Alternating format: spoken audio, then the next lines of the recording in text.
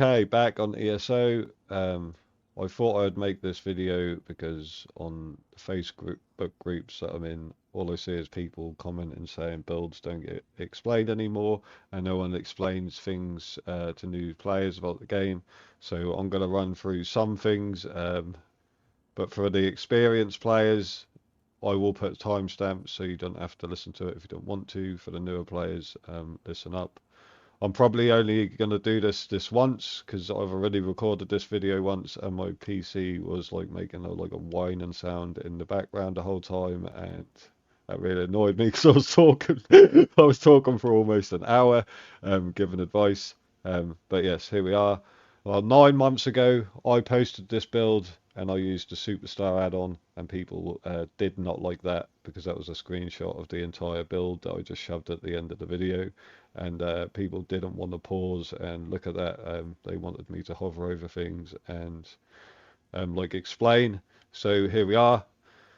Okay, the way the game is right now, I cannot promise you that you are going to have much fun playing a melee character because there is some stupid broken build on the game that someone's made. Whoever made that is an idiot because they should know that you don't post builds like that because it ruins PvP, especially as a ranged build. You definitely got a little bit of responsibility when you're posting builds, like you should think before you do certain things. I did post that Tarnish build that time, but the only reason why I posted that was because that was a whole campaign and a half after Tarnish came out. So I waited until I thought that would be nerfed shortly after, and then I posted it. Yeah. So yeah, and I've had builds before, some of the people I used to play with wanted me to post like the most disgusting Arcanist build you have ever seen, and I didn't post it for that reason, what I'm trying to say, because I knew that was just going to be make PvP cancer. Um, yeah, so I think there should be a certain level of responsibility you take on to not ruin PvP completely for everyone else. At the moment, these builds are rendering any close range damage completely just pointless. They are ignoring all player buffs and resistances. It is literally ridiculous. I don't know how that slipped through. I know the devs are busy working on the PTS and doing this new campaign. I'm almost certain that this will get changed though. That's why I'm still going to post this build because yeah, ignoring all defensive CP and player buffs is yeah, just making buffing your character for defense completely worthless. I know there's a tank meta, but if that's the reason why that's slipped through, that is not the way to deal with the tank meta. I'm just going to say that, and I'm not going to waffle on anymore because we need to get through all this talk and stuff. Okay.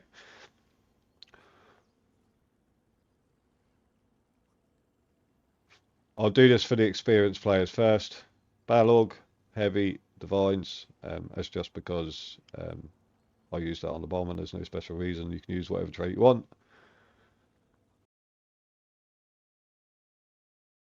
Heavy, Balog, Shoulder in pen. Medium, Braces of Wretched Vitality in pen. Heavy Greaves of Wretched Vitality in pen. Heavy Sabattoons of Wretched Vitality reinforced. Light Oak Father's Sash. Gallant Chain reinforced. Oak Father's Jewelry and Death Dealer's Fate, all infused, all physical damage enchant. Maul of Oak Father's Retribution, sharpened with flame damage enchantment. Ice Staff of Wretched Vitality, defending, Berserker Glyph. Um, you can use any mythic you want. You can use Saint and Seducer, you can use Serpent Coil, you can use Mark and Ring, you can use the Band of Brutality. If you do use the Band of Brutality, Malakath, swap your Mundus. I've got the Shadow, and obviously that sort of negates crit damage. So you just take the Lava or the Warrior, or maybe the Serpent would be nice on this actually, just for more sustain. That's up to you. Okay, for the newer players, March of Sacrifices on Veteran, that's where this comes from. If you're not in a guild, join a guild, preferably one that says new players welcome if you are a newer player. Um, because the people in them types of guilds are super chill. Most of the time, believe it or not, there are people that play this game specifically just to help new players because they've already done everything on the game that they want to. So they just like to help people because they're nice people. Um, you can type in the chat you want to get the Balog monster piece, and they will probably help you, and they will give you the light, heavy, and medium because they will more than likely already have it, and they won't want to keep running the dungeon. So yeah, if you're lucky, you'll get that result. If you're in a guild and people aren't helping you, don't worry, just leave that guild and join one that says new players welcome. Okay, the shoulder, this comes from reward coffers for doing undaunted pledges. When you've done your pledge, you go back to the quest giver, hand it in. They will give you rewards, and in them rewards there will be undaunted keys you use to buy these coffers. There'll be like this monster set in it and another one, and you'll have a chance to get either one in light, medium, or heavy. And they cost like a certain amount of keys. But a little tip: when I came to PC, I had to start again completely, and I was using my keys to buy the coffers that only cost one key, and that way you have a chance, one, to get more shoulders of different sets, and two, you could probably get two Balog if you're lucky. Do you know what I mean? A light and a heavy, or a medium and a light, whatever. Or you could get no Balog. That's the risk with that though, so that's up to you if you do that. Again, for newer players, you can see the trait there says Divines. You can have all Divines and increase your mundis stone effects. Ours is the Shadow, so that would give us more crit healing and more crit damage. The more, like you can see, it says 8.1%, so each piece would increase that by 8.1%, and together you would be increasing your mundis stone effects by a good amount. Now, the traits, the traits, where it says Divines, the traits on your armor are going to be to your play style. Obviously, as a newer player, you probably don't know what your play style is. So I would suggest to start with use Impenetrable or use Reinforce. These are the ones that are going to make you a bit tankier and save your life, because you are going to be fighting experienced players if you enter Cyrodiil, and they are going to be faster than you. They are going to know more things about the game than you. So if you run one of these two traits, it is more than likely going to save your life and give you like time to get like a heal off to save your life or whatever, instead of dying really fast. Because if you use like Divines, you're going to have pretty much no resistance and die. Uh, but as you gain more experience and start using different traits, that is my advice to you. Use everything, because you need to learn what your playstyle is. If you roll dodge more, you're going to want well fitted. If you block more, you're going to want sturdy, etc., etc. Um, yeah, so for newer players as well, you can see it says multi-effect enchantment. That is a prismatic defense glyph. If you want to look that up, how to make it, you can make it yourself if you collect the stuff and get Hakijos, or you can buy it from a guild trader. It is called a prismatic defense glyph. It's about 36k gold. I don't know what it is. If you're on console, it's probably cheaper. It's usually cheaper to buy anything on console. Um, but yes, that's what it's called, and that's how you can get it. Um, you can go to IC, you can go to Imperial City as well and farm Telvar. That's the currency there for killing the big bosses. You can just run around like with a group of people and kill the bosses and get Telvar, and then you can use that Telvar to buy the Hakijo glyph that you use to make these, because they're like 25k. But yeah, you can do it that way as well. You can just Google that. It's called a prismatic defense glyph. You do not have to use prismatic defense glyphs, but I am going to say you should buy gold glyphs for your armor. It don't matter if it's purple. Just buy gold glyphs, um, because because the gold glyphs give you more bang for your buck, there's no point in cheaping out and getting purple or blue ones. You might as well just buy gold ones. They're not that expensive. It's just this one here. You can see I've got 3 lines on it. I've got 400 maximum magicka, 400 maximum health, and 400 maximum stamina. The normal glyphs only give you 1 line, not 3. So you can just use the normal glyphs if you want to. You can buy gold ones and just have all stamina, or have all health, or have all magicka, and then you can change your attributes to whatever makes your character feel like you can sustain it easier. Okay, so that's how you get Balog, that's what the traits do, and that is what the glyphs do. Wretched Vitality, this will help you sustain your character. This is a really good set to learn with, because it gives you 2 lines of recovery, and when you buff your character in different ways, which I'm going to show you in a minute, that will give you even more recovery. You do not have to gold your gear, you can just purple it. Yeah, but if you can gold it, all good. If you've got spare gold to get the gold mats, that's worth doing. If someone crafts it for you and they're extra nice, they should do it for free, but you'll probably just get it in purple. If they're really nice, they'll craft it for you in gold, but yeah, I doubt that. Again, the reason why craftable sets for newer players are nice is because, like I said about the traits, you can get someone to craft you these if you can't craft them yourself, and you can ask them to craft it in multiple traits, the same set, and then you can try all different traits that way without having to spend transmute stones, because you probably haven't got any if you're a newer player. So craftable sets are good for trying out what traits you like. I think that's good advice. Like Sash of Oakfather's Retribution, this set here is 3 lines of weapon and spell damage.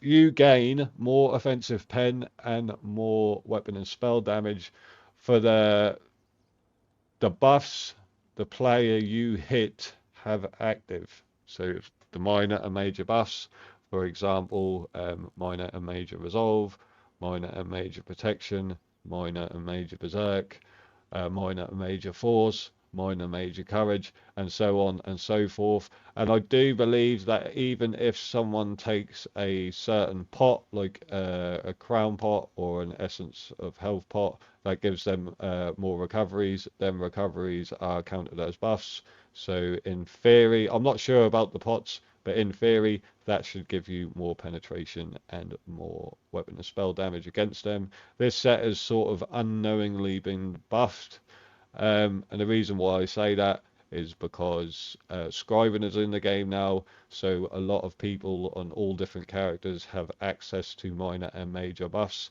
that they didn't used to have.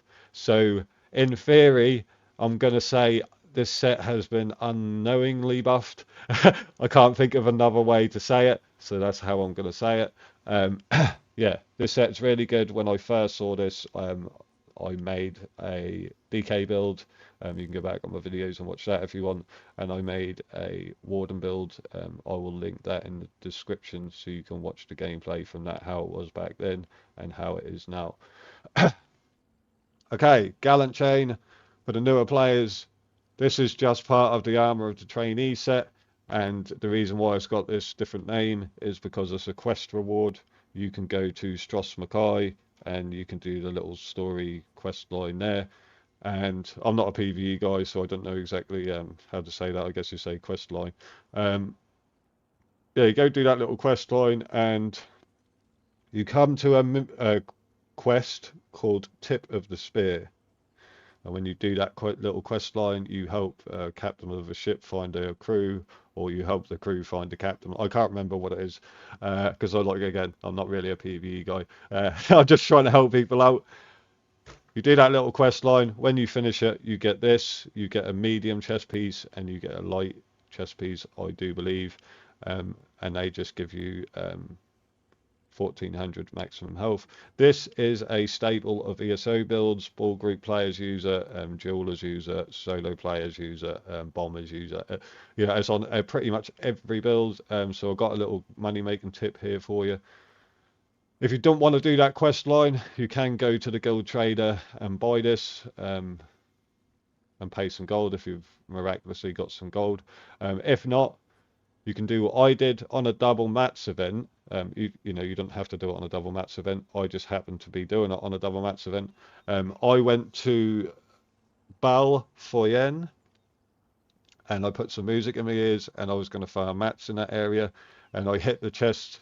When I hit the chest, I got this chest piece out of the chest that I hit, and then I ended up looking the chest run in that area up where all the chests were. You can just look that up on Google, and I was hitting the chests on the way round in between collecting the mats, and I got about 7 of these, 6 or 7 of these, and I got about 10 staffs, you know, sword and boards, all kinds of stuff from my sticker book. And what I had left I sold on the trader. I was selling the staffs for like 150k each, and I was selling these chest pieces for 200k, and people were snapping these up and they were only in training. And the reason why is because people have, like, you know, 8 characters on this game, and they don't want to keep putting their chest piece in the bank and taking it out on a different character when they will not play a different character. They want a chest piece for all their different characters, so people will always buy them. So that's a good little way to make money for you. If you want to make money, you can go hit the chests in Belfoyen and get some trainee pieces for your sticker book and to sell to other people on the trader. Okay. Amulet of Oakfather's Retribution, Ring of Oakfather's Retribution, Death Dealer's Fate, all infused. For newer players, obviously, the traits, again, I like the armor traits. It's going to be what you like. I usually run 1 Bloodthirsty here, and people usually say to me, oh, you should run all Bloodthirsty, if not you're not getting the full effect from it. My response to that is you can do what you like. There's no correct way to play this game. People always harp on like there is. There is no correct way to play this game. I have seen people absolutely annihilate Cyrodiil and they're running free Swift with 3 recovery glyphs. That's just because that's what they're used to, and that's their play style, and they can hang even without infused and extra weapon spell damage, because that's what they're used to. Again, like I said earlier, you should try everything. Just do not run Harmony on your jewelry, and if you plan to go on Cyrodiil or Battlegrounds, because it is trash now. All that gives you is recoveries, and yeah, it's not very good. But yeah, everything else you should try. You can put protective on if you're struggling at first, and that will give you even more resistances. You can run whatever you like. For this lead, for this ring, if you're going to go collect the leads and you haven't got it for a newer player, try and get the Dragon Star Arena out of the way first. It's not particularly hard if you get a couple of experienced players with you. You should breeze through it. The only annoying thing about having to do Dragon Star Arena is it is so long. Like the announcer that talks in it talks in between every round, and it just feels like it takes forever. And then if you don't get the lead, you're disappointed, because you've now got to listen to all of that again.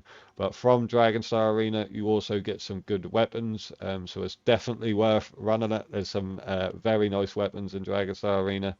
You can just look them up if you want to know what they are. So it's worth running it just for the weapons in general, but you also get the lead for this ring from there. And I would try and get that one first before you get the rest, because that is the most annoying one. But you do not have to run this if you don't want to. You can run any of the mythics I said just a moment ago.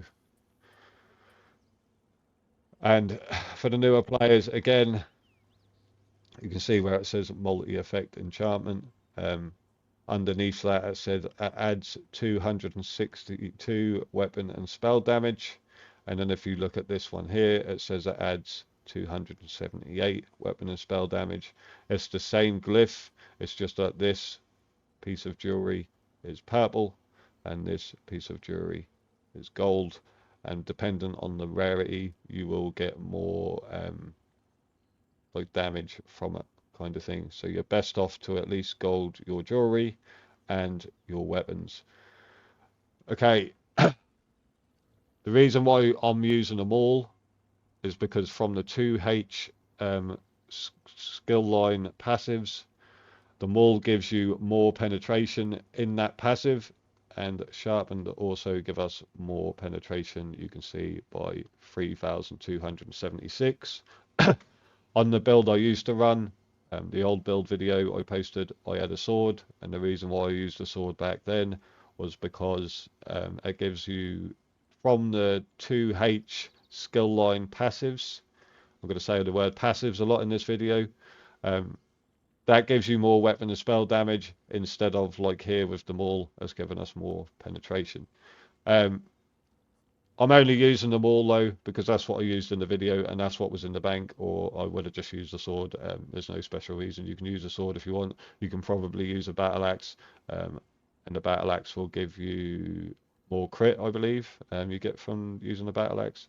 Maul is more pen, sword is more weapon and spell damage, so that's up to you, whichever one you want to run. You don't have to run this. If you've opened if you've opened some coffers and you've got a sword or a battle axe, you can probably just use that. That's no biggie. Okay. Ice Staff Defending. The reason why we have Defending for the newer players is because it increases our physical and spell resistance by 3,000, which is just making you more tanky. And the glyph on this is called the Berserker glyph, and that increases your weapon and spell damage by 320. So if you're fighting someone and you feel like you're not doing enough damage, you can just light attack them on your back bar, and then you will get a damage increase of 320. Again, for these, I would just buy gold glyphs. Don't cheap out. It's like 5k per glyph. Don't put purple glyphs on. It's pointless. The same with your armor. If you didn't use prismatic defense glyphs, just buy like gold, stamina, health, or magical ones, and just put them all on there, and then change your attributes. And here, just make sure you buy gold glyphs and put them on your weapons, because yeah, that does more like this. If this was a purple flame damage glyph, that would deal like 1,500 or whatever. I don't know exactly. I'm just giving you an example. It's the same with gold on your weapons. You can see it says damage in the top left underneath where it says maul. It says 1571. If this was like purple or blue, that would be considerably less where it says damage. So your jewelry and your weapons, in my opinion, you want to gold them more than anything else. If you can gold the armor, it's all good. If not, you can see I've got plenty of purple pieces. It does not matter. It is better if you can gold your whole set though. Like if you gold all of Oak Fathers, you would get more from the set. Where it says damage numbers, I think it would probably say 129 instead of 127, etc. Okay. On my old build video, I put a wretched ring here as a second version of the build, and I took these off and I put on esoteric greaves. If you haven't got the leads for these, you can just Google it and go and get the leads. But if you do use these, you must keep up your stamina. You should be planning to heavy attack a lot if you use these, because you get a 50% direct damage taken reduction, but every 0.3 seconds you take direct damage, which is pretty much all damage. I'll explain that for you in a minute. You lose pretty much 1,000 stamina. So if you're not keeping your stam up, your stamina will drop below 50%, and then you will lose that direct damage reduction by 50%, and it will be like you are not wearing a mythic. You'll eventually run out of stam and die. So yeah, if you're not going to heavy attack, do not put these on. Honestly, I would probably only use these if I was a more experienced player. For the newer players, you can use them if you want to, but just remember to heavy attack a lot. Don't let your stamina drop below 50%. I think is that everything. These buffs will look different. Um, our Death Dealer's Fate. What this does is you get stacks of escalating fate every 2 seconds while you are in combat, and that increases your max mag, your max stam, and your max health. I'll show you that in a minute, and your recoveries will go up when you buff yourself on your back bar. Um, these will go up. I'll show you that in a minute as well. And when we do damage, if we've got 500 ultimate, when we drop Balog, we will get the max effect of Balog, and that will increase our penetration and weapon and spell damage. You don't have to use this really, because as soon as our Dawnbreaker or anything is up, we just pop it anyway. So we're not getting the max effectiveness from Balog. I am just a damage whore. You do not have to use this. You can use Mighty Tudor if you want to be more tanky. You can use Bloodspawn. If you want more recoveries, you can run something like Roxar the Warped. Um, there's a set in Imperial City. I can't remember what it's called. There's a set in Imperial City that does frost damage, snares and immobilizes people for you. That would be good for this because we're a warden and we do more ice or frost damage. Um, you can run whatever you like. There's so many monster sets on this game. I'm not going to sit here and list every single one. You can run whatever you like. I'm just running this because I am a damage whore. That is the only reason. Um, and obviously on top, don't forget on top, these will go higher for the more minor and major buffs. Our enemy that we hit has weapon and spell damage and penetration will be increased even further. Um, yeah. Okay, that has to be everything. While we're here, I am just going to cover if you're going to be a vampire, when you get your vampire, you can raise your vampire stage by running behind a human, only human AI. You can walk behind them and that will give you a synergy, and then you can bite them only when you are a vampire. For the newer players, you can't just go and do this. You have to go and get bitten by someone first in Bankarai or the Rift. You can just go into that zone and type in looking for vampire bite, and someone will come to the shrine. You can just look where the shrine is on Google. Someone will come to the shrine and bite you just out of the zone. Some random person, usually people are chill, and they'll bite you. You do not have to pay for that. If you're one of these guys that don't like to interact with people in any way, that's cool. That is on the Crown Store if you want to buy it. If you don't mind interacting with people, you can just put LF Vampite in Bankarai or the Rift. Look up where the shrine is before you type that though, so that you're standing at the shrine, and more than likely some random guy will run up and bite you. It's the same with Werewolf. Okay, so you can do that if you want to. You can raise your vamp stage that way, but that gets really annoying really quickly. When you're say you die to someone and you want to run back out and fight them, but you now can't because you've dropped the vampire stage and you need to go and run into the middle of a field in Cyrodiil, find a random AI, crouch, and then bite them to get your stage back up. Instead of doing that,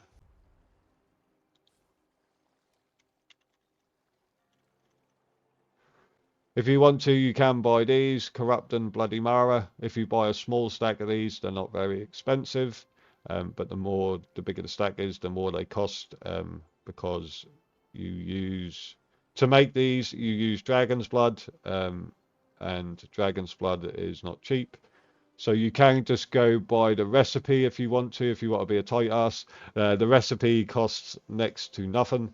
And then you can go and kill dragons and farm your own dragon blood and then make your own corrupt and bloody Mara, and you don't have to pay anything for it apart from like 5k for the recipe or something. Then you can infinitely make your own and just farm dragons to do it. I'm too lazy, so I just buy them. This puts you to stage 4. and then you can buy these which don't take dragon's blood to make, so you can get a massive stack of these for like 1,000 gold. And these drop your vamp stage for by 1, so you can take your corrupting, go to stage 4, take your purifying, go to stage 3, then you can eat your food and you're good to go. You haven't got to go and bite anyone. You can just take your corrupting, purifying, then eat your food, and you're good to go fight again straight away. That's just a tip. While we're here, we will also do these. These are the pots we're using on this build. Crown Tri Restoration pots. You can craft these. They're called Essence of Health when you craft them. You can use that currency called Telvar from Imperial City and farming the bosses. I used to go and do that until I had like 100k, and then I would use that 100k in the little Telvar store guy to buy little pouches of flowers, so you don't have to go around and collect the flowers. You can just buy them pouches, and you can make your own potions with them flowers, or you can just sell them, or you can sell whatever flowers you're not using, and then you don't have to pay gold for these pots. You get these for just logging in sometimes. That's what these ones are, Crown Tri Restoration pots. These are just from a login reward. You get them now and then, quite often, to be fair. And that's what I was talking about the Oak Father set, because look, when you take this, you gain major fortitude, major intellect, and major endurance, which is going to increase your penetration. Because that's 3 buff slots, so that's going to increase your penetration 3 times by 449. Okay, while we are here, I also use these. You do not have to use these. I just use them if a ball group's running towards me, or if someone pops out a cloak and tries to pull me. I'll quickly take one of these, and they can't pull me because this makes you immune to knockback and disabling effects. You know, Russian Agony or Dark Convergence, whatever. And it also gives you 8,000 odd health and 7,000 odd stamina, and increases your stamina recovery and health recovery. Same thing, a movable pot, but these ones have got stealth detection, and they only give you stamina. So if you get used to using the crown pots or the essence of health pots that give you all 3 resources back, just be careful, because with these ones you don't get the mag, and with these ones you don't get the health or the mag. You get detection and you become immune. So yeah, things to take into account. If you want these, you don't have to use MO ones. You can just use normal stealth detection pots. You can look recipes up. You can craft all kinds of stuff. You can craft mag ones. I'm just using Stam ones because stamina is my main resource on this build. Night blades are so annoying, so it is nice to have stealth detection, and they usually run in packs of 2 or 3. So having the MO is nice also. The immovability, sorry, I'm using short term now. I'm trying to teach new players things. Okay. While we're here, we may as well cover the food. Smoked bear haunch is what I like. You do not have to use this. This is the more expensive version. This gives you a little bit more health. It gives you health recovery, and it gives you a little more mag and stam recovery than this food here, which is considerably cheaper. You don't get the health recovery. You get a little bit less max health, and you get a little bit less mag and stam recovery, but this is still perfectly fine. I used this for years before I started paying more money, because I used to hate paying more money just in general, because obviously you want that money for glyphs, gear, when you're doing multiple characters. You haven't really got, when you first start, you haven't really got the money spare to be wasting. There's plenty of ways to make money though. There's so many different ways. Just Google it. Like, I'm not going to sit here and go on and on. One of the better ways is just sell anything in divines that you get from rewards for the worthy from PvPing. There's a good one for you. A nice easy one. Okay.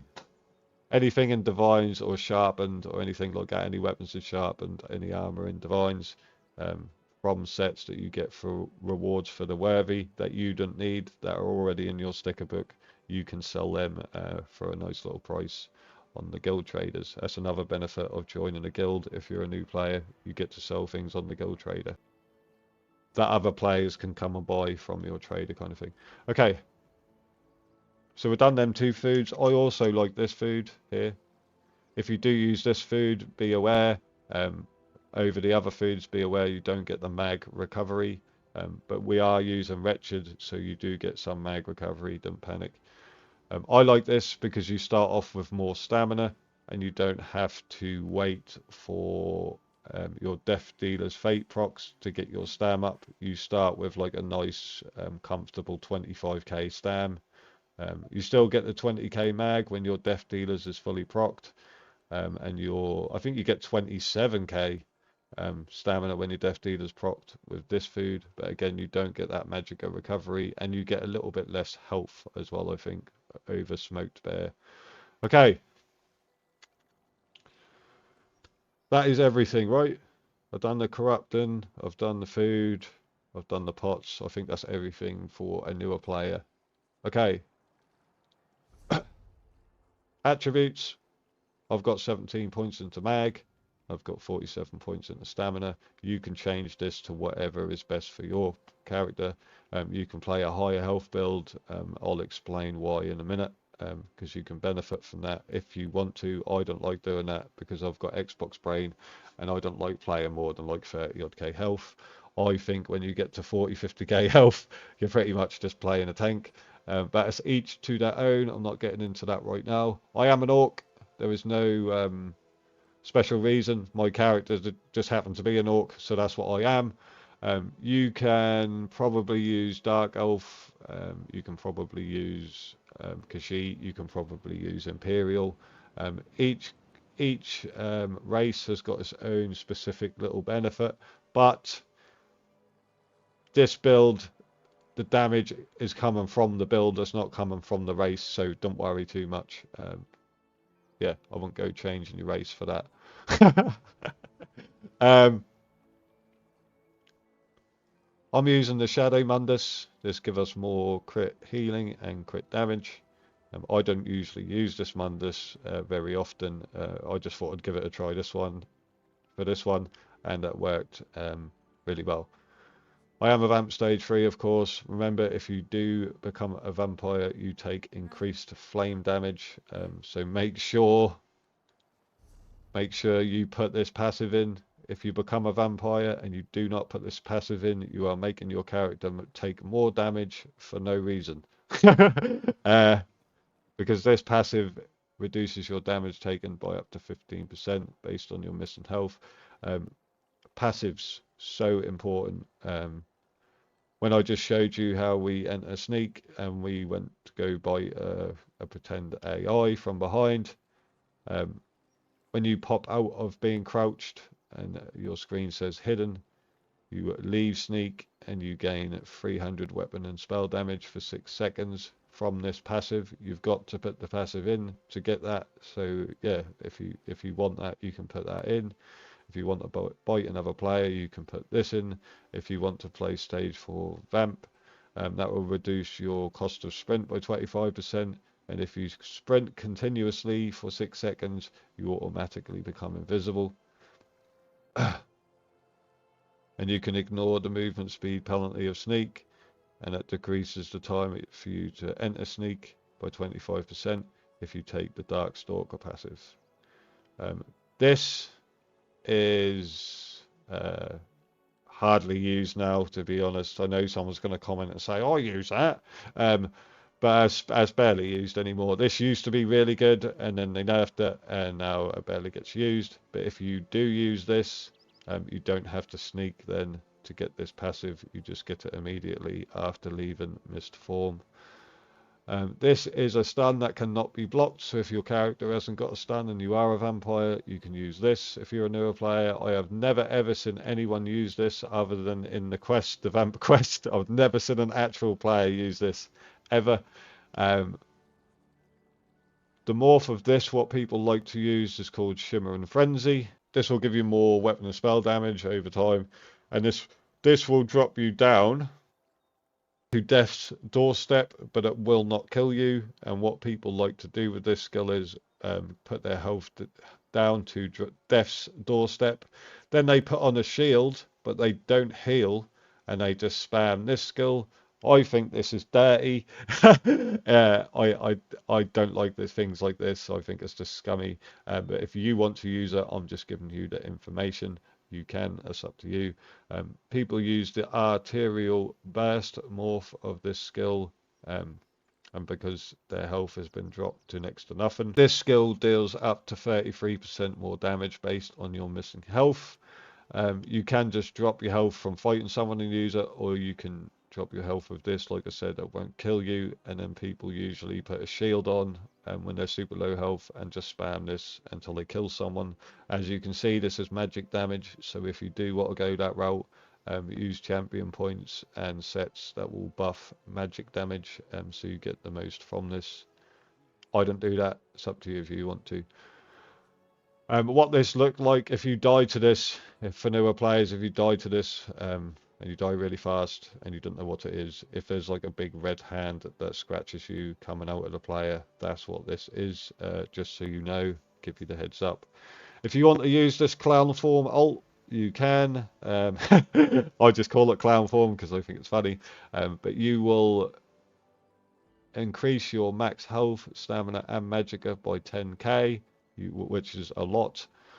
You will heal for 15% of all damage you deal, and you can see through walls. If you like the novelty of that and you want to use it, you can. So you can make builds with this that are really good. I don't play the game that way. That's up to you if you want to. Okay. Before I get into skills and stuff, I'm just going to cover all these passives, because passives is what I'm going to say to you until it gets drilled into your head, because they are the most important things on this game, really. This one, there's only 3 from crafting that are important in PvP, in my opinion. There might be some, some hidden one that I don't know about, but from my perspective, this one, medicinal use, there'll be a guide to leveling this to 50 on Google or YouTube. Just go watch that. When using potions, resultant effects last 30% longer. This is huge.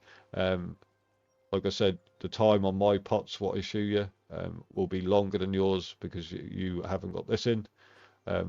So yeah, try and level this to 50 and then put these points in. And then for provisioning, this just makes your food last 20 minutes longer, and this makes any drink you take last 20 minutes longer. So they're both worth getting along with this one, medicinal use. Race, we were just talking about the race a moment ago. It doesn't matter what race you are. You want the passives in. Don't do what I did before. I actually paid to change my race before, and I put my passives in, but then I took a build off the armory station. I just call that the bench. But I took a build off the bench where you can save builds so that you can make your character a different way and then save a different build, and you can have 2 different builds. I paid to change my race, then I put my passives in, then I took a build off the bench, and I was saying to myself, for example, why am I missing 1,000 stamina? Why am I missing 1,000 health? Why do I have less weapon and spell damage? And the reason why was because my build was saved. My build was saved with a different race. So when I took my build off the bench, the passive points I took in were taken off because the points weren't put in with this race. So if you do change your race, I'm not saying you're going to change your race, and definitely do not change your race to try this build. You don't need to at all, so don't do that. I'm just saying, if you do change your race to try it at some point like I did, remember to put your build on, put your passive skills in for that race, and then save your build again. It goes the same for vampire. Oh shit, I'm losing myself. It goes the same for vampire. this curse, you only ever have to level it once, but if you take a build off the bench that is mortal, you lose the vampire then, and then you have to go get bit by someone again, and you have to do the quest again, but you won't have to level it again once it's to level 10. So if you do have a build, you're better off saving your build while you are a vampire, and then if you want to make a mortal build, you can just cleanse the vampire and make a mortal build as well, or cleanse the vampire curse, and then you can go and get bitten by a werewolf and make a werewolf build with the same character, and you can save that on the bench, and then you can have a werewolf and a vampire, and you can buy another slot if you want to, because you only get 2 slots on the armory station, which is this thing here. I'll show you. So you can have a vampire saved, you can have a werewolf saved, and you can buy another slot if you want to, and have a mortal saved. I've got like a group build here, and then this one is a healer. It's up to you what you want, but this one is a vamp. I think, are they both vamps? Yeah, they're both vamps. But yeah, like that saves your curse. You see at the bottom, it saves your mundis stone, it saves your curse, it saves your outfit, it saves your gear, it saves your attributes, your champion points, and all your skills. So if you go make a different build, you don't have to keep going and swapping everything around. As saved, you can just go up to it and press A, and then equip that gear and champion points and mundis stone, and yeah, save yourself the time of having to go and do it all. Another benefit while I'm in here, I'm going off topic here, but while I'm in here, another benefit of joining the guild for newer players is the mundis stone. You can see, I just showed you a minute ago, but I'll show you again. I am running the shadow mundis. Instead of having to go and run around and look at guides if you're a newer player to find mundis stones to use a different one, if you join a guild, you can just travel to the guild house. Okay, if you are a newer player, again, you can just join the guild, and you can go to the roster. You can find a person that is the guild house, that's got the guild house. The one for me is this guy here, so I can visit his primary residence, and that will take me to this house, the guild house, and then I can walk over here, and all the mundis stones are here. I haven't got to go and look for them, they're all here, and I can pick whatever one I want, and I can travel here and do that whenever I want. That's really big, and look, they've got all the crafting stations, the armory bench. If you want to research stuff and that, you can do it on them benches. So you can change the traits of your armors. This thing is in Clockwork City. This is called the transmutation station. If you do use this, you can transmute your gear. Most skills, like for example, if I wanted to change the trait of this random weapon I've got in my inventory for some reason, I can change it to any trait I want, but you have to learn these, and that does take a long time. I'm just going to tell you that. So if you want to be a master crafter, that takes a serious amount of time. But then you can change your traits of your weapons, armor, rings, whatever you want. And that will just cost you some transmute stones, or you can reconstruct a piece of gear from any set you want.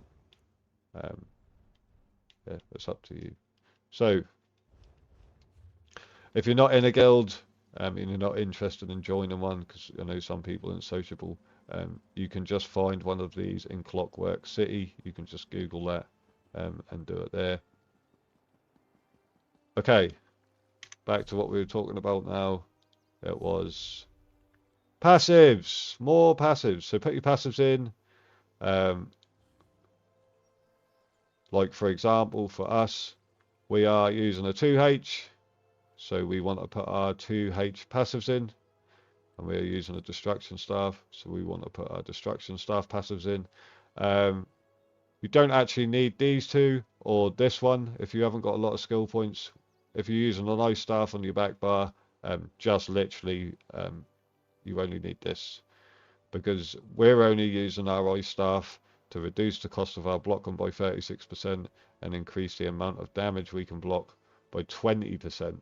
And we're not using the staff to do any type of damage or anything, so none of this matters. We don't need to increase our Status effects, we don't need more penetration.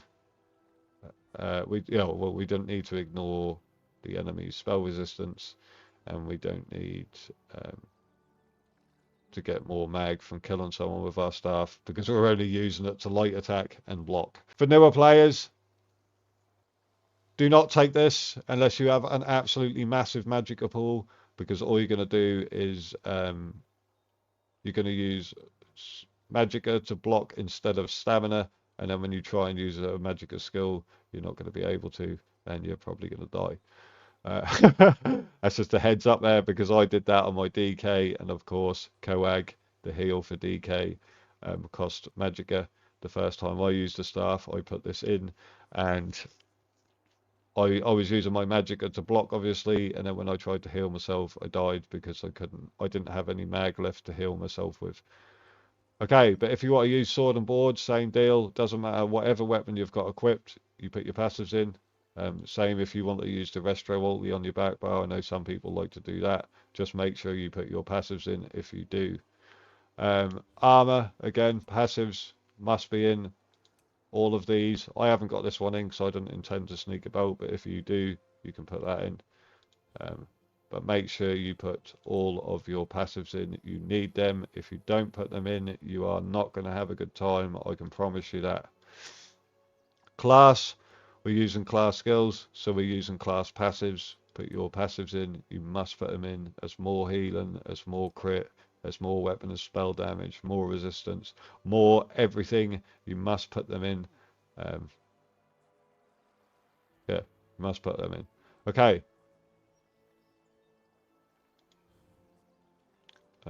Is that all of them? Okay. I think you only have to get this to level 9. There's no way around this unless you pay for it, of course. You have to go and do your Undaunted Pledges. And even if your character is being used for PvE or PvP, it does not matter. You have to get these passives. Um, this one gives you more resources back if you hit a synergy. And this one increases your max health, stam, and magicka by 2% for each armor type. Light, heavy, medium that you have equipped. Ours is 6%. That's actually big. It might not seem it, but yeah, you definitely need this one. You need them both. You have to get them both. PvE or PvP. You have to put that in. I'll go over this quickly as well. If you are planning on joining Cyrodiil and PvPing, you must put this in. You can get the first one. Well, let's say it this way. If you are watching this video out of curiosity and you're a PvE player that has no intention to PvP, that's fine. Join Cyrodiil anyway, because you can do the introductory quest. You do not have to fight one player. All you do is just shoot some siege in a little area, and then when you're done, you hand your quest in, and that unlocks this first one here, which enables you to equip Major Gallop at all times, even when you leave Cyrodiil. I used to do this when I start a new character, and then go and do my Sigil Orders quest line so that my mount was faster.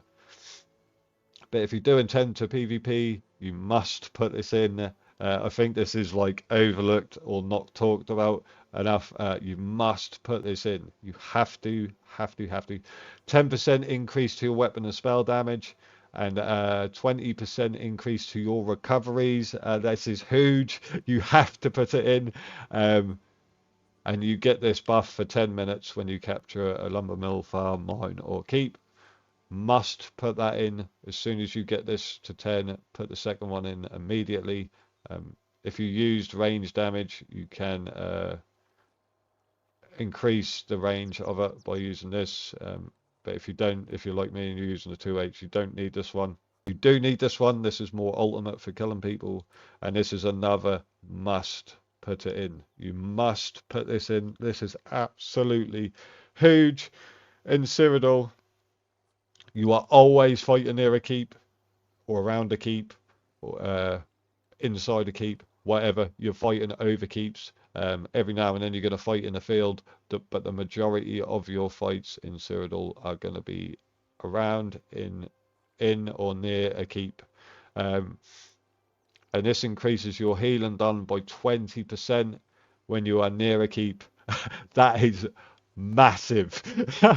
You must put that in, or you are not going to have fun in Cyrodiil. I'll talk about this one later. Um, this one, why wouldn't you want to revive someone faster? I mean, 30%, you may as well put this in. You don't want to stand there longer and put yourself at risk reviving someone that's down. Of course, you're going to revive your homie, or just you got a res Randy no matter what. But yes, always put this one in. This one you can put in, yeah, so you just revive someone a bit quicker. But this one you must put in, and continuous attack you must put in. I think that's all for the passives for now. Um, let's talk about the skills now. Minor major breach on this is just craziness. That's all I'm going to say about that. I am not complaining with that. I don't think this was like this last time I played this character. So yes, that is nuts. I'm not going to talk about the damage these things do because when you're buffed, they go up anyway. But your first lot of shorks, um, if they miss, don't worry. The second lot are coming and they're going to pack more of a punch anyway. So really, you want to miss your first lot of shorts while you're running up to someone because the second lot are going to hit harder. And I'm using Wreck and Blow. A lot of people like to use the other morph of this because it gives a stun. I don't care about that. I like having Major Berserk for 3 seconds. The reason why is because you're going to hit someone with your second lot of shorks that are going to be packing more of a punch. You're going to inflict major and minor breach on someone. Then you're going to hit them like once or twice with this. Get major berserk for 3 seconds. That's going to increase your damage done by 10%. And we have already got minor berserk. Passively on our front bar at all times. We don't have to hit someone with this because that's not a skill you hit someone with, but you do have to hit someone with this. So then we're going to have 15% major berserk for 3 seconds, and when that 3 seconds dropped off, we're only going to have 5% major berserk. But yes, major minor breach, one or two of these, then we're going to have 15% increased damage done for 3 seconds to put onto Executioner, which is already dealing 400% more damage to enemies with less than 50% health. And of course, if we hit these two things on our enemy, they are more than likely going to be less than 50% health. So you're just going to bonk them on the head with this, and it's going to be a good night, sweetheart situation. I am only using this. It does a bit of bleed as well. I don't think I used to do bleed, to be honest, when I last played this character either. Um, the only reason why I'm using this skill here is for major savagery and prophecy. Minor berserk we don't need because we're already getting from this. And I mean, I suppose it is nice to pop people out of sneak or cloak with this skill, but the only reason we've got it equipped is for major savagery and prophecy, and we get that at all times on our front bar with this slotted. With this specific class, use this skill also, which will enable you, of course, to have these passives. Passives are important. But that will turn this permanent buff that we only have on our front bar into an actual buff that you have to keep up. That's why I'm not using it. I don't want to have to keep pushing that button because I'm already having to push this, these, this, and this. As just I can't be bothered to push all them buttons. I'm lazy. But if you're not, you can have this. And the benefit of doing this, of course, is you get these passives, and you also turn major prophecy and savagery into a buff for 20 seconds, which means that enables it to be, you also get that on your back bar for your heals, so you get that extra crit towards your heals. You get a bit of crit healing, so there is a plus to doing this. I am just lazy, plus I am a damage whore, and because this is a Fighters Guild skill, we get 3% increased weapon and spell damage for having it slotted, and of course we've got Dawnbreaker as well, so we get a 6% damage increase. Just more increases. That's all this character is. Okay, Bird of Prey. Of course, the minor berserk, what I said, on your front bar at all times. That's a permanent buff. But you also gain immunity to snares and immobilizations for 4 seconds. And you get a movement speed increase of 30%. Dawnbreaker is one of the best feelings on this game when you hit someone and they haven't got the defense in their character properly and they just get deleted. There's not much better than dropping a fat Dawny and just deleting someone. I've always said that. I love the Dawny. It's great.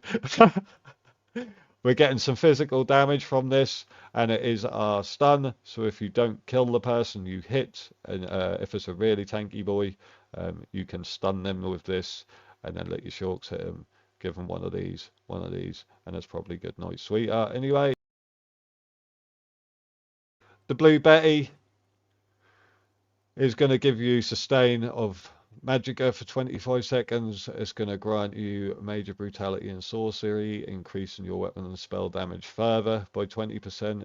Every 5 seconds, the Netch is going to remove one negative effect from you, and if no negative effects are removed, you instead increase your weapon increase your damage done by a further 5%. It's just another increase, more damage done, more weapon and spell damage. This character is nuclear now. That last little line there was not on this character. It did remove negative effects last time I played it, but it did not increase your damage done by 5% if it doesn't remove a negative effect.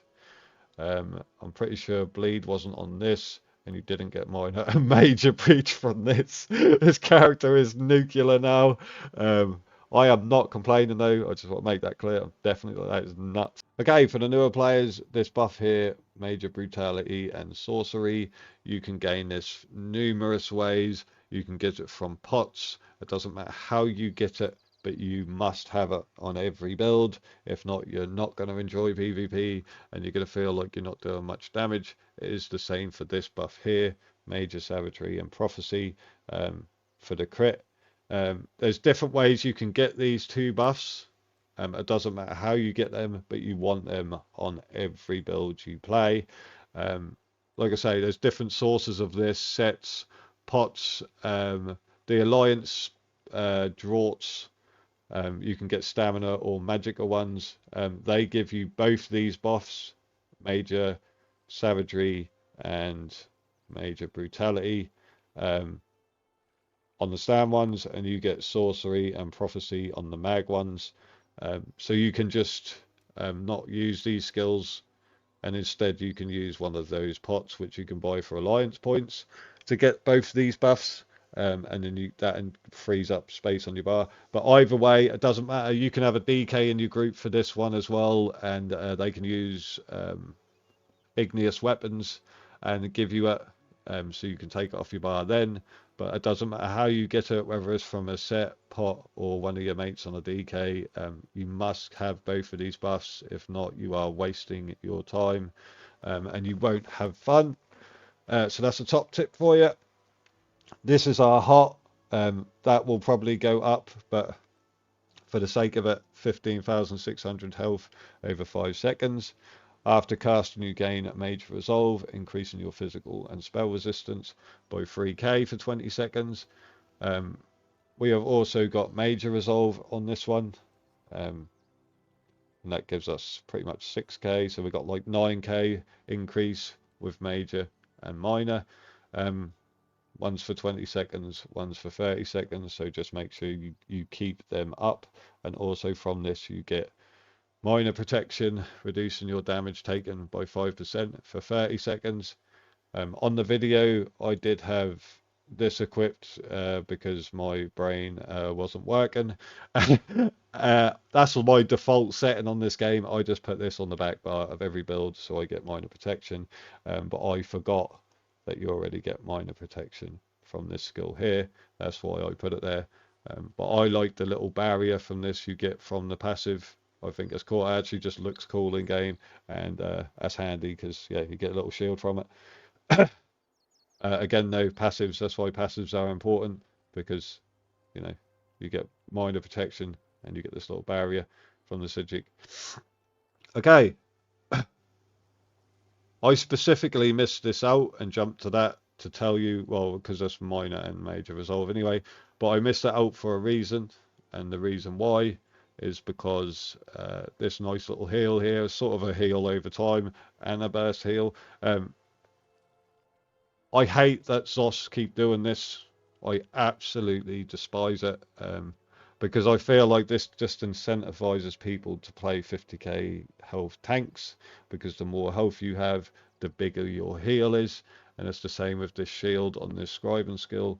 The bigger your health or magic pool is, capped at 55%, you'll get more shield and you'll get more heal. So playing higher health can benefit you. If you want to do that, that is up to you.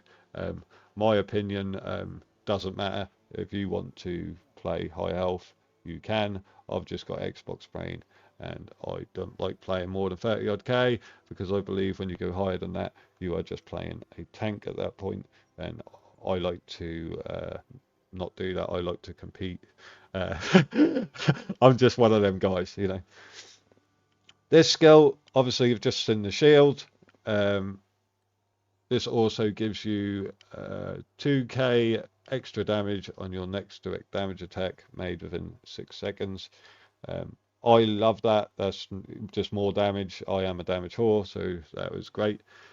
For that specific script, I'm going to say I was doing all the different things to get the rewards, you know, doing the daily in Westfield.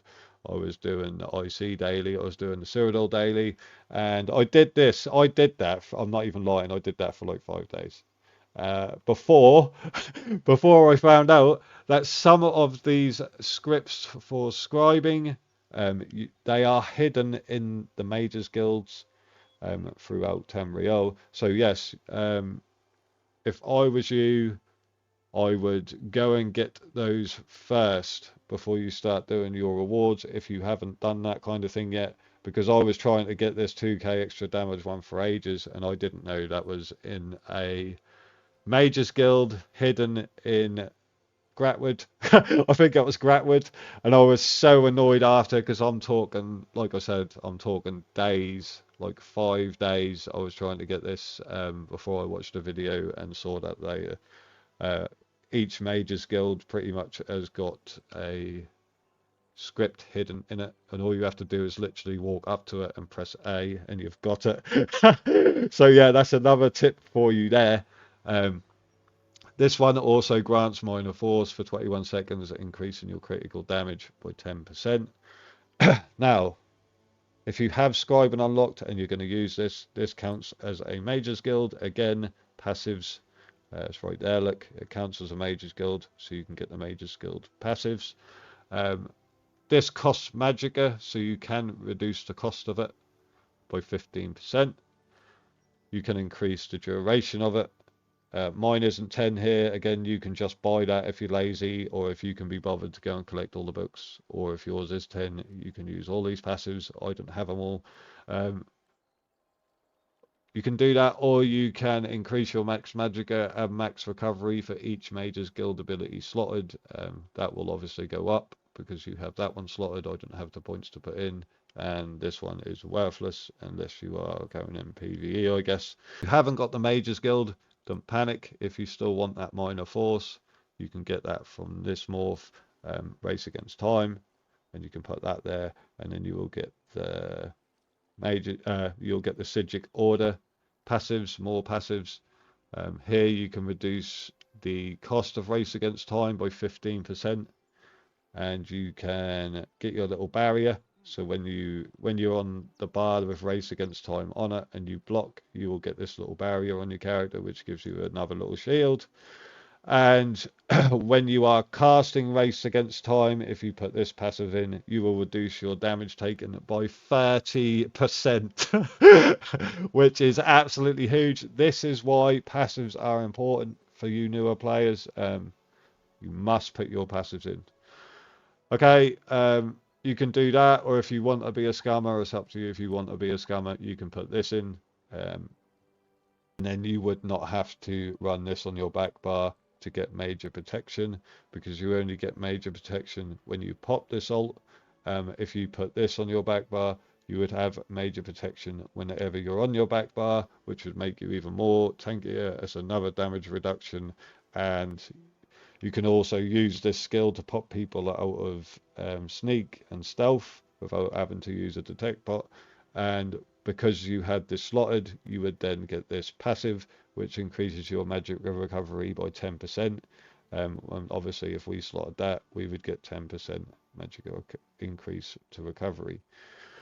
And the last thing I'm going to say, when I posted this build before, I'll put the link in the description for that build 9 months ago, I used this corrupting pollen. So if you haven't got scribing, you can just rock this. This gives you 10k health. Your mate can run up and hit a synergy and get healed off it as well. And a lot of people fall for this and think that you are using this skill, so they are happy to come and stand in it, which is great for us because we're using a 2H and we want them to come be in front of us anyway so we can do damage. But then you put this on the ground and quickly swap back to your front bar, and while the enemy is standing in it, they are afflicted with major defile and minor cowardice, reducing their healing received and damage shield strength by 12%. And it also reduces the damage they're doing to you because they get a reduction in weapon and spell damage by 215. So yeah, this is what I used before. This is great. But you can just throw this on if you are struggling to keep yourself alive instead. And of course, again, that will enable you to get these passives for having that skill slotted. Okay, or you can run this if you want, because this does life steal and it heals you, and you can use it to heal your group or your mate you're playing with, whatever. But yes, there's plenty of options to put here if you haven't got scribing that will still work and still be really good. Backbar, Northern Storm. We are a Warden, so we do more frost damage in general. You get a bit of frost damage every 1 second for 8 seconds, and you also reduce your enemy's movement speed by 40%. And you also get another increase, a fatty increase to weapon and spell damage, which you can swap to your front bar and put to use there. And also, this is AoE, so it's a different type of damage. I don't know, I suppose these are AoE as well, I guess. But it's a big AoE, and not everyone defends their character against area of effect damage. So, yeah, that's nice to have on your back bar. Okay, did I cover? That's got to be everything, isn't it? But you don't have to run this again if you want to run a resto staff and have your resto ulti there. Just make sure you put your passes in. You can run whatever you like. If you haven't got scribe, and you could run this and then use this to get your major protection instead, and you'd have that big heal. Or you could run barrier. You can do whatever you like. It's up to you, pretty much. So I've covered all the passives. So explained the skills. Champion points, I guess. Okay. When this is maxed out, I'll take this off because I'm not hunting for treasure in Cyrodiil, and I'll put that in because I'll want my mount to not use stamina. I'm just in this bit. You're just going to go for more movement speed, mount speed, increase your food by 30 minutes, and increase your out of combat movement speed. But there are passives, more passives that will help your character. This one helps your enchants out of it, getting to proc more. And this one, if you jump off the top of a keep in Cyrodiil, you're not going to be put to one shot or just die, because this is going to give you a full damage reduction by 35%. But you can put whatever you want there, it's up to you. You don't have to have what I have, obviously. I think there's things there that benefit Night Blades, all kinds of stuff. Okay. I was fighting people that were slamming dots all over me last, so that's why I was putting this in, because I was trying all with different CP. This just reduces your damage taken by damage over time effects, but at the same time you can increase your damage if you want to for newer players with damage over time effects by using this skill. You can increase your single target damage, which I have gone for with 2H. I'm just pretty much buffing the hell out of my execute. And you can increase your direct damage done, which is a grey area on this game. Direct damage pretty much counts as all damage, so Master at Arms is usually on most builds. If you want to buff your shock damage and your Northern Storm, you can bang this in, and this will increase your damage done with area of effects attacks. If you want more weapon and spell damage, you can put this in. If you want more weapon and spell damage on your abilities, you can put this in. If you want more crit heals and more crit damage, you can put this in. If you want, if you're playing a bomber or a nightblade or in PvE, you would use this. I don't think you'd use this on many other builds. It's just more crit damage when you're flanking someone. This was good once, but it got nerfed and now it's trash. But people still use it on bombers. It does oblivion damage to people. When you kill someone, they explode and do oblivion damage to the person next to them pretty much. This heals you when you do damage. Okay, this is the opposite of this. This is going to give you a reduction to single target damage. So if you're fighting Nightblades on your server a lot, doing in-cap with massive crit, you're probably going to want resilience. And you're going to want Jeweler's rebuff. I have Ironclad in most of the time, again, because direct damage is pretty much all damage. So if you are a newer player, you should rock Ironclad 100%, because that's giving you a reduction to most damage. Not all damage is direct damage, but there's some grey areas, and some things are direct damage that shouldn't be. I remember the reason why I know that is because someone was questioning me on my Arcanus build I posted, and I'd done a big test with Plague Break, and Plague Break was proccing on things that wasn't direct damage. So yeah, that's how I worked that out. Okay. Have I covered everything there? Okay, from this, if you're fighting bombers and ball groups on your server, you can give yourself an AoE damage reduction as well. This is a shout there for you.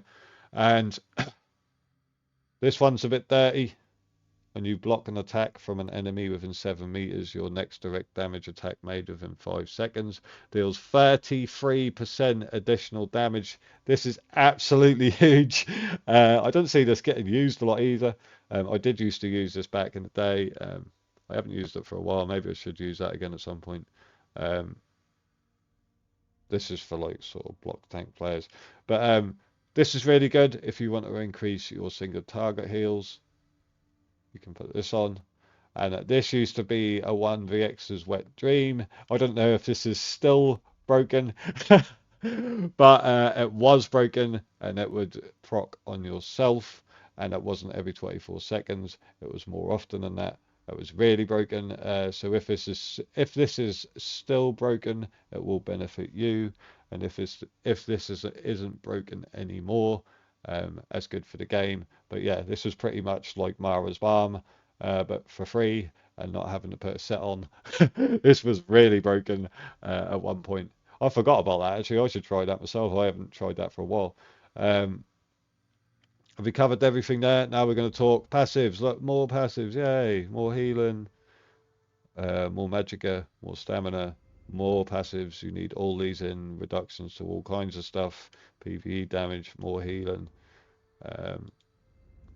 In here you want both of these. You want this, these are passives, this is a passive, this is a passive, this is a passive. You want all these in really if you're going to put the biting aura in and do more damage with your shorks. You want this in really because the shork damage is magic damage, and this gives you 100 weapon spell damage towards magical attacks. So yeah, if you're going to do the biting aura and go that way, you want to put this in. And this will also increase your Northern Storm if you put Bite and Aura in as well and slot it here. That is going to increase your Northern Storm as well. I haven't got enough champion points to put these in, or I would. I didn't want to do the short damage thing. I wanted to go and put more damage on my execute, and I am using physical damage on my Dawnbreaker, so that is why I went this way, but you can go the other way if you want to. That is up to you. These ones are just more penetration and stuff if you haven't slotted. And when you have someone off balance, increases your damage done, etc. But yeah, passive everywhere. Champion points, skill lines. Make sure you have got your passives in. Oh yeah, just to make sure. I haven't said this. Passives are different to these. You can slot these. I can't remember if I said it, but you can actually pick these up, and they are not active until you have slotted them. They're not active on your character. So yeah, you have to pick what ones you want, and then when you put them to 50, you can pick them up and slot them on your bar for newer players. They are not active until they are slotted. Not the white ones. The ones that are coloured are not active until you pick them up and put them in there, and then they are active on your character. Okay, fortified, just more armor. Why not? Tankier boy. On the video you're going to watch, I might do a video separate to this, in all honesty, because this is so long. On the video you're going to watch, I had this equipped because last time I played this build, it was a healer. It was not a damage dealer. So I had this equipped, and I didn't have Bastion in. So I was missing out on 15% effectiveness to my Scribe and Shield and 15% damage done to shielded enemies. But obviously now that is in. I would put that on most builds for the newer players. I would definitely have this slotted in my bar, 100%. Fortified, again, some people like to have more health, some people like to run more recovery. I'm not going to go every single champion point, it's just taken ages already. But this one give us a 20% reduction for the more negative effects we have on us, which is just nice. This one is the buff we're getting on our back bar, but on demand. We don't have to pop our ult to get it. If we get stunned or feared, you get it immediately for 3 seconds, reducing your damage taken by 10%. So that is always nice to put in. And again, passives. This one is really important. It reduces elemental status effects applied to you by 15%. This is a big one, breaking free. Definitely want that, a reduction to breaking free. Like I said earlier, if you run out of Stam, you are dead. So you can play a build that increases your weapon and spell damage to the absolute max. It doesn't matter how much damage you have got. If you run out of Stam, you are dead. So most of the time, you are better off to look after your resource pools and recoveries. More so, especially being a newer player, you can get to the damage part later. You just need to learn how to play the game, how to react to certain players, what damage does what. Working them things out are more important while keeping your character sustained and alive. I'm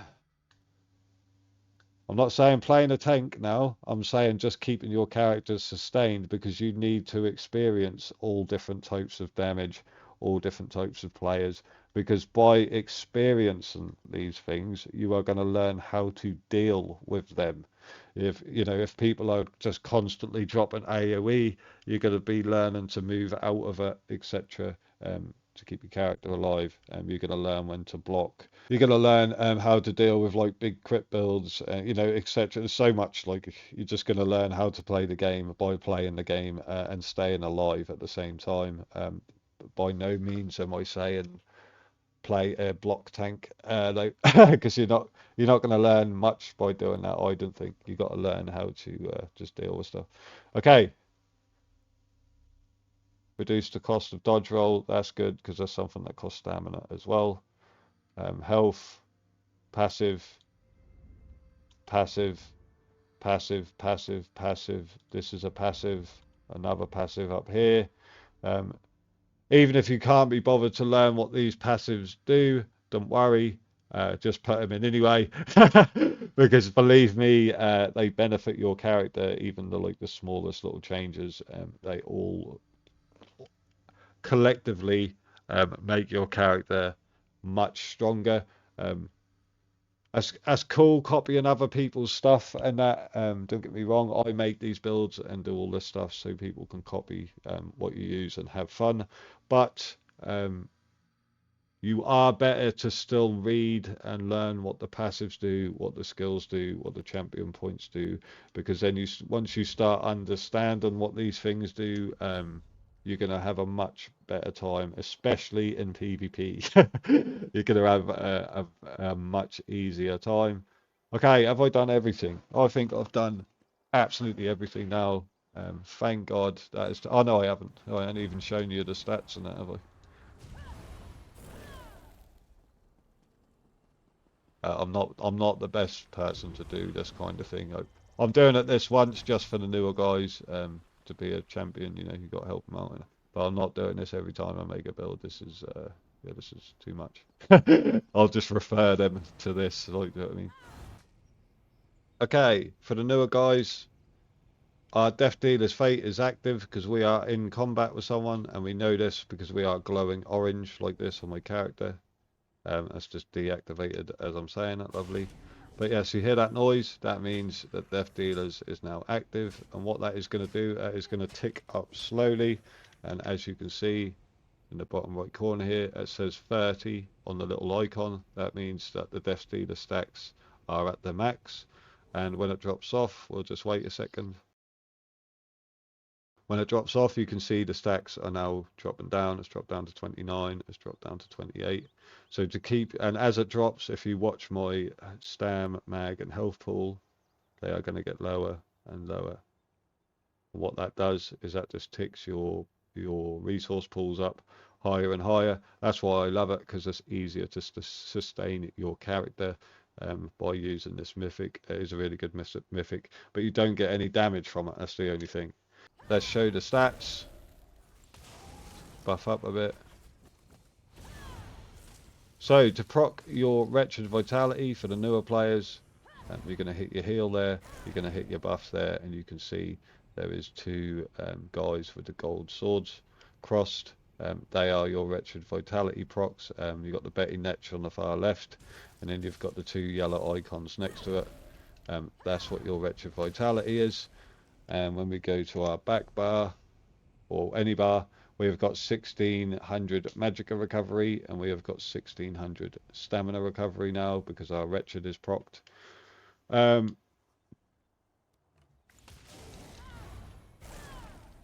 I'm using Jewels of Misrule because that's the most easily accessed food, and I'm just showing you what it is. That's 35,000 health, 20k magicka, and almost 25k, we'll say 24k stam. Okay, for the newer players, I'm going to show you the most effective way to get the most damage out of this. I don't do this once, you'll see it in the clips. I'm just showing you the most effective way if you want to do this. And remember, this is without any Cyrodiil buffs, no scroll buffs, no continuous attack. This is just plain stats outside of Cyrodiil. We're going to sneak to get our vampire passive. We're going to hit this, light attack, hit this, hit our ult, and then it's going to, well, that was 7,000, it just flashed off. It goes to like 7,000 and like 50 or something on the weapon and spell damage, and the pen goes to like 25k. But like I say, that's without any Cyrodiil buffs whatsoever. You get more buffs from Cyrodiil, and of course that is without Oak Father's procced on someone without any or major buffs that they've got, because this dummy doesn't have buffs what I'm hitting. Yeah, this thing is nuclear. It's really fun to play. Is it broken like these range builds? No, it's not, because it does not ignore resistances completely. I still can't believe that's in the game, and obviously I am getting killed on this build in like 2 seconds from one player. I've got major minor resolve, I've got major minor protection, my back bar, I've got like 34k spell resistance and 33k physical resistance, and I am dying in 2 seconds. I've also got a little shield from scribing.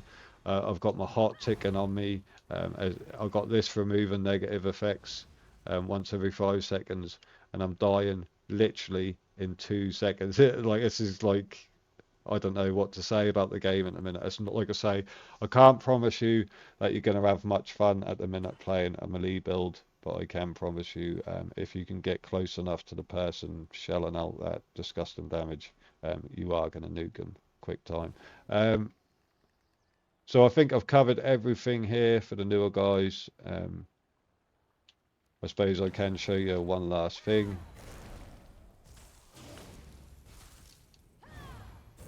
With this procced and at a pot, you are looking at 2k recoveries, 2k stam, 2k mag. If we equip our Taim really quickly, you can see that we've got 28k stam now to play with, but we get less mag recovery. That's the only difference with that, so keep that in mind.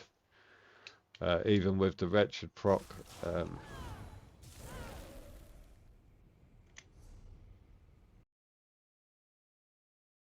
we still get 1600 stam recovery, but we only get 1100 magica recovery with our Taim. Just show smoke there as well, just for the sake of it.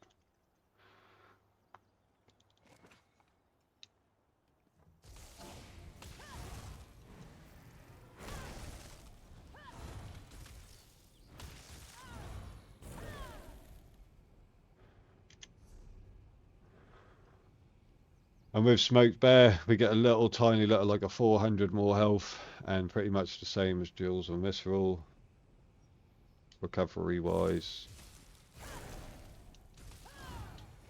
And with a pot,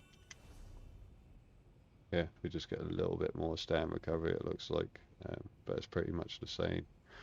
I do like all three of these foods. You can play with all three of them, it doesn't matter. But yeah, I think I've covered that must be everything for newer players. If I've missed something, I've done my best. I hope you appreciate it, because I don't do this often, and I probably wouldn't do this again for a while, because yeah, my voice is hurting for talking this long, to be honest. But I hope you enjoyed the build. All that's left to say is now drop some Dornies on people's heads if you enjoy it. Chuck me a like, a comment, tell me what you've done. If you got a clip, even send me the clip. I'll watch it. Yeah, catch you in a bit. Na festa do fim de semana, só um rolê bom. Ela chega e desencana com passo bem solto. Na festa do fim de semana, só um rolê bom. Ela chega e desencana com passo bem solto.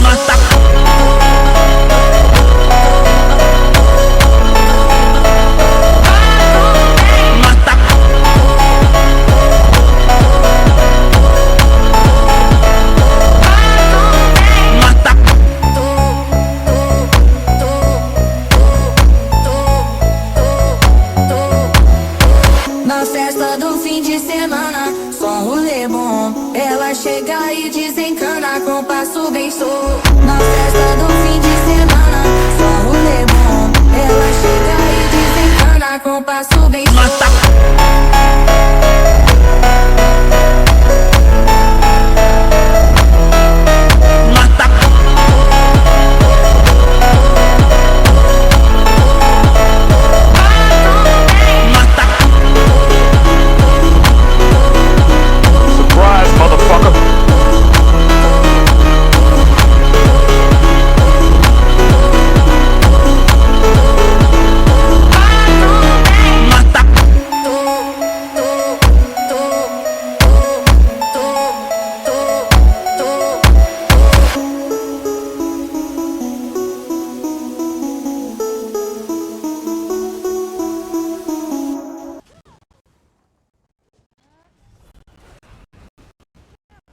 Oh, double doored him.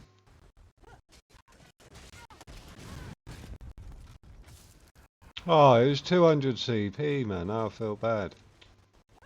Sorry, mate. I would have let him live. Bye bye!